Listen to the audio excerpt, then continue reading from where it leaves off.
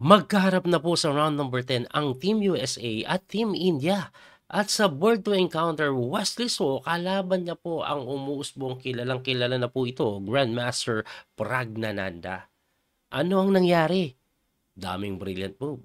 Puti po dito si Wesley, ang tinira niya po E4, E5 si Prag, Knight F3, Knight C6, Bishop C4, Bishop C5, Italian game. So ang ginawa ni Wesley, nag-castling lang. Knight F6, D3 lang. Nag D6 po, C3 lang. At pagka A6, nako po, typical na typical, yan po yung Duke Piano na Italian game. So pagka A6, nag-A4. Ayan, common na common yan. Nag-Bishop A7, umatras agad. Bago matempohan pa po ng B4, ginawa naman po, nag-Knight D2 develop. Common na common din. Castling, H3 para walang pin. Nag-Bishop E6 na kung saan hindi yan yung pinaka-common. Ibalik ko lang, no? Ang pinaka-common kasi dito, mikot yung kabayo dito eh. Tapos nag-C6, nag-D4. Pero, yun na nga po, nag-Bishop E6 at ang tinira, kinapture lang ni Wesley. Binawi po yan ng pawn and then nag-B4 aggressive. So, lahat po yan, linya pa rin, mabilis si Wesley. Si Pragnananda, I'm not sure, pero mabilis din, pero bawas na po siya ng 2 minutes. Si Wesley, nalaglagan pa ng 2 minutes. Anyway, after B4, nag-Queen E8 lang na sinagot ng Rook A2 at yan na po yung nobility ni Wesley. So, balik natin, no? Tagal niya po nag-isip dito eh. Ang nangyari before, Rook E1. Yung iba naman po, nag-Knight C4. Ayan, typical lang po, ano, para makalabas to dito. Yung Rook E1 naman po, para dito siya gaganon. Pero eto na nga, nobility ang tinira ni Wesley. Rook A2 lang. Ang tindi, no? Para saan po yung Rook A2? Abay, hindi ko din alam. Pero later on, medyo naintindihan ko na. Kasi ang ginawa po dito, nag-Knight H5 yan eh. So, ang common dyan, pupunta yan dito. Of course, nakabukas po yung file. Maganda yan. May pressure doon na sinagot lang ni Wesley ng Knight C4. Okay? Para sa yung Knight C4, ang pinakatema pala ng Rook A2, para may depensa dito. Yun pala yan, no? So, pagka Knight C4 po, nag-Knight F4 yan, sinagot ng B5. Ayun, no? So, kailangan po yung rook nandito sa A2, wala sa A1 para may capture po doon. In case na tinulak po, no? Kasi imagine niyo example, kinapture. Hindi po tinex pero pakita ko lang to may capture. Kung ang tore mo nandito, may mga idea po ng capture doon, babagsak yung tore. And because nandito yung tore, pwede doon. Kaya nga po, ang ginawa, ibalik natin doon, hindi po tinex, nag-knight lang po sa B8, na sinagot ni Wesley ng King H2 lang with the idea of G6 yan para depensahan lang po yung H3 na tinirahan po ng Knight D7 develop lang nag G3 at pagka G3 tumakbo lang po doon yung kabayo sa may G6. Okay? Pagtakbo po doon, kinapture ni Wesley. Ito pong A6 na binawi, of course, ang pawn. And then, nag-King G2 lang. So, relax mode lang. Tamang dikit lang po siya dito. Maaari din yung knight, binibigyan ng square para makatalon doon. Lilipat na ganun. Anyway, nag-D5 na po agad si Prag eh. Pagka D5, pinatake yung kabayo, tumakbo po sa may dito para pagka takes, babawiin ito at kung titingnan nyo, pangit po yung pawn structure doon, double isolated. Kaya hindi kinapture, nag-knight lang po sa F6 na sinagot ng Rook E1. After Rook E1, nag-rook lang po sa may D8 na kung saan sinagot naman ng Queen E2. Oh, kasi nakapin po siya doon eh in case na-capture rin. No? So Queen E2 para may depensa din dito at hindi lang yon pagka takes capture, ayun pa rin nga po, ano, weak po yung E5. Kaya sinagot po yan ng Queen C6. Ang Queen C6, pinipressure yung pawn sa C3 na tinirahan lang ni Wesley ng C4. At pagka C4 po, hindi pinansin, no? Nag-rook F7 lang. Para pag ikaw ang kumapture, may hihil po yung pawn structure ng itim eh. Anyway, kinapture po ni Wesley so yan. Binawi po ng pawn. And then, Knight F1, iikot-ikot lang. Siguro gusto din makalabas po yung bishop. I'm not sure dito or dito. O yung this knight dito or dito. So, yun po yung mga gustong gawin niyan. Sinagot lang ni Pragnananda, H6. Ayan. At after po ng move 24, ito yung move 24 na. Tingnan nyo po yung oras nila. 27, tapos 25 naman si Prag. Equal daw po ang posisyon. Pagka H6, tumira po ng Knight H2 na. Yun na nga, iikot pala dun. No? Papunta siguro ng Knight G4 yan. Tinirahan lang ng Rook D7. So, in case po kasi na i-takes po ito, at least nasa open file na siya. So, equal pa rin. Pero si Wesley, ginawa niya po dito, nag-A5 lang.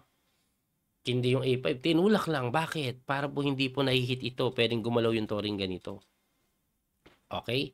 Kaya si Pragnanandha, yan pala plano mo, kainin ko na yung E4, babawiin mo yan at medyo nabuksan po yung file na sinagot po ni Prag ng mali, eh. Ang tira daw po dito Bishop D4, eh. Lamang ng konti ang puti, pero ang tinira niya is Rook to D3 na mali. Bakit hindi yan tama? Kasi wala namang gagawin yan diyan. At ang tinira nga lang po ni Wesley, nag-rook lang doon na mali din. Ibalik lang natin, for some reason, ang pinapatira po ng engine is Rook C2. Ayan. Bakit po? Para daw pagka Queen D6, Rook C4. Actually, hindi ko na maintindihan yung mga tirada na yan, eh. Pero tingin ko po, ito po gustong gawin niya, no? Ganyan. Pressure lang po sa pawn. Anyway, ang tinira ni Wesley is rook lang po doon. Kasi ang lakas ng tore, ipapalit niya yung isa. Ang ginawa, hindi kinapture, nag-queen B5. Na-kinapture na ni Wesley. And then nag-rook takes, as you can see, ito daw po ay lamang po sa puti. Pero kung unang titingnan, no? Coach, nakahang to, delikado, may paspon pa. Di ba? Pero lamang yan sa puti. Ang tinira lang po ni Wesley, simple, queen C2. Hindi mo naman kasi pwedeng kainin. Babagsak yung tore. Kaya nga po ang ginawa niyan, nag-rook D7. Ayun, dumipensa na mali. Ang tamang depensa daw C6.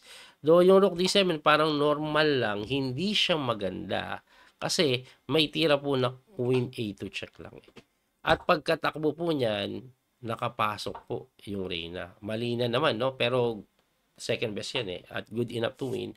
Gusto ko lang po ipakita, ang engine, ang gusto ito, eh. Ayun, no? Tapos pagka takes capture. Ngayon, ang maganda pala dyan, kaya yan ang gusto ng engine, pag nalingat ka, let's say, tumira lang po nito, no? May tirada po na rook h1.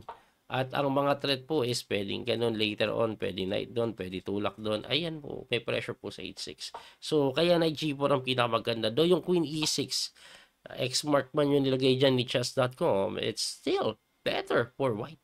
Pagka queen e6 nga po, nag-blunder pa dyan, ito pong si Pragnanandha, kumain ng pawn.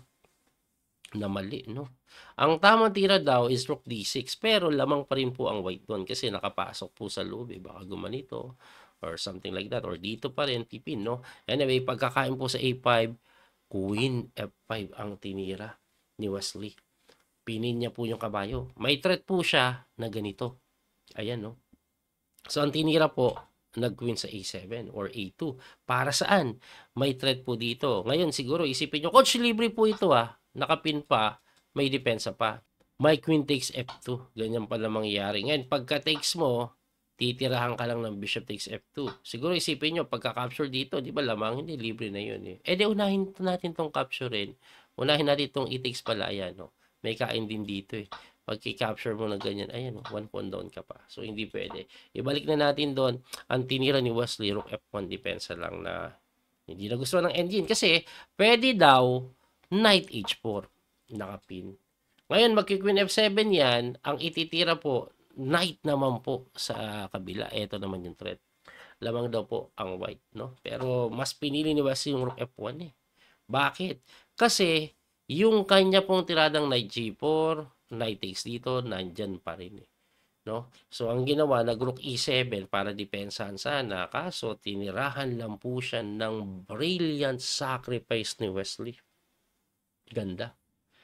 Bishop takes H6 lang.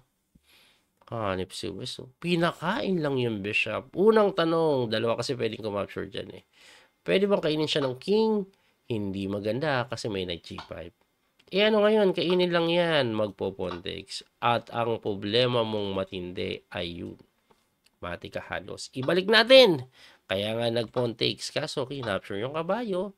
Nag-queen sa e6, pinapalit. Kasi equal lang ng pawn yan eh. So, pag napalit, okay pa, di ba? Kaso, yes, ipalit natin, pero knight G4 ako. Subukan mong i-takes yan.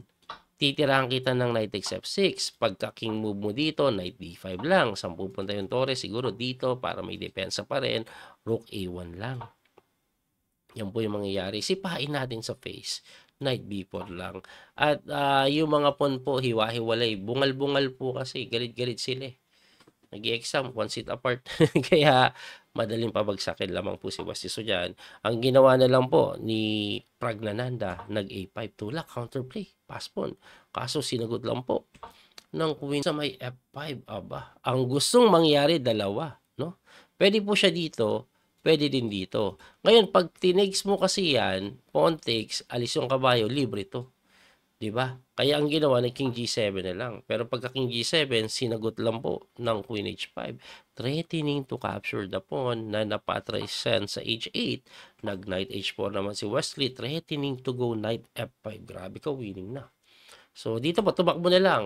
At pagkatakbo, another brilliant sacrifice na pa-resign po si Pragnananda. Ano yung tinira?